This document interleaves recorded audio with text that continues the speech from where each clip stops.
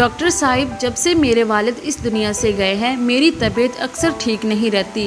خوش رہنا چاہتا ہوں مگر نہ جانے کیوں خوش نہیں رہ پاتا۔ ہر وقت ایک عجیب سی اداسی چھائی رہتی ہے۔ تنہائیوں کی تلاش میں رہتا ہوں اور محفلوں سے بھاگتا پھرتا ہوں۔ ساحد ڈاکٹر صاحب کو اپنی غم داستان سنا رہا تھا۔ جی میں آپ کا غم سمجھ سکتا ہوں۔ آپ ایک کام کریں کہ آپ اپنی تنہائی کو دور کرنے کے لیے بلی یا کوئی بھی پرندہ پال لیں۔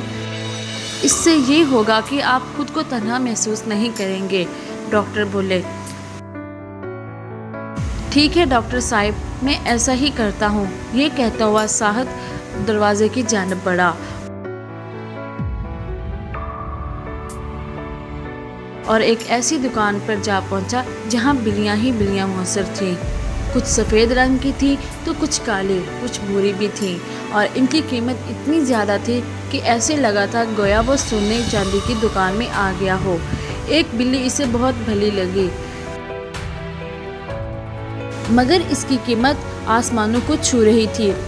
وہ مایوس ہو گیا اور دروازے کی جانب بڑھا۔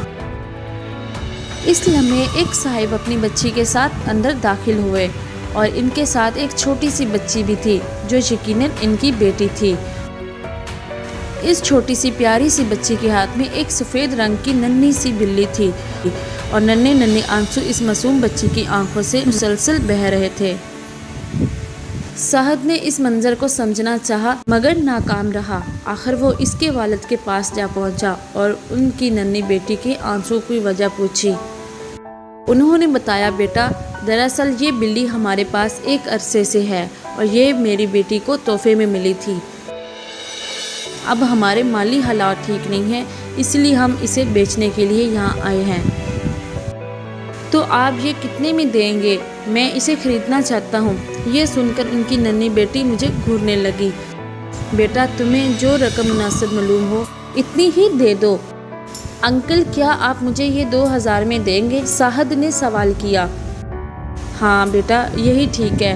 یہ کہتے ہوئے انہوں نے بچی سے بلی لے لی اور اس کے ہاتھ میں پکڑا دی اور اس پر وہ ننھی سی گڑیا پلک پلک کر رونے لگی۔ ساحد سے یہ منظر دیکھا نہ گیا اور اس نے جلدی سے 2000 روپے بچی کے والد کے ہاتھ میں پکڑا دیے۔ پھر ساحد بچی کی جانب بڑھا اور بلی اس کے ہاتھ میں تھما دی۔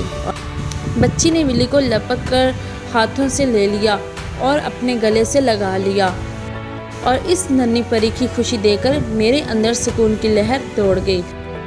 بیٹا تم نے یہ کیا کیا؟ انکل حیران کھڑے رہے۔ انکل یہ میری طرف سے آپ ایک تحفہ سمجھے، وہ یہ کہتا ہوا دروازے کی جانب بڑھا۔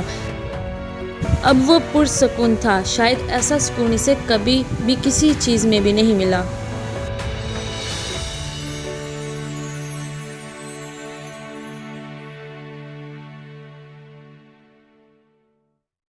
تو پیارے بچوں، ہمارے چینل کو سبسکرائب کریں اور بیل آئیکن کو ضرور پریس کریں تاکہ ہمارے ہر ویڈیو کی نوٹیفیکیشن آپ کو ملتی رہے۔